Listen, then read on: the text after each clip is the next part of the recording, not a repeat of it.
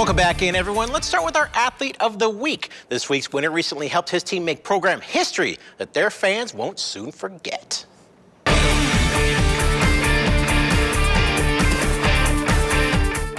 The Ryrie Bulldogs football program isn't exactly known for being historically successful. The team just held its first ever home playoff game. However, thanks to players like Athlete of the Week Kolter Lewis, Ryrie is having a season for the ages. 16-year-old Kolter plays running back and outside linebacker. The junior recently scored 3 touchdowns and made big defensive plays, like his first quarter fumble recovery, to help Ryrie defeat the Marsing Huskies 28-15 in the first round of the playoffs. It was super special to win our first playoff home game, especially Ryrie's never had it, so it's really cool for that to be able to happen and for me and our whole team in general to be able to perform well with that game. Third-year head football coach Josh Huntsman says that he and Kolter were kindred spirits from the start. Kolter's fantastic. You know, I've known Kolter since he was a 7th grader. When I came here 5 years ago, but I was an assistant coach on the last staff, and Kolter was in one of my first classes, and we started talking, and he said he loved football, and I told him I loved coaching football, and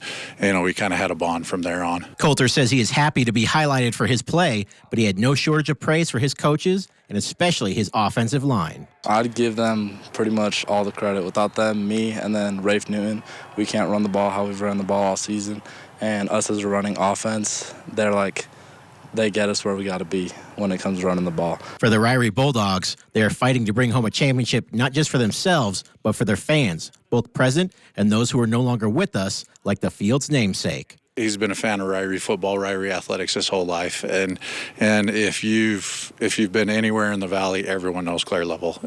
Rival schools, they know Claire, they know his laugh, they know everything about him, and he knew every kid here. He knew everyone and everything about the history of Ryrie. Sadly, Claire passed away last summer before being able to see his beloved Bulldogs take the field during their home playoff game.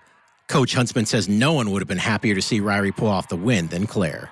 Well, everyone would hear that giggle, and that's what you knew him by, and he would have been so happy.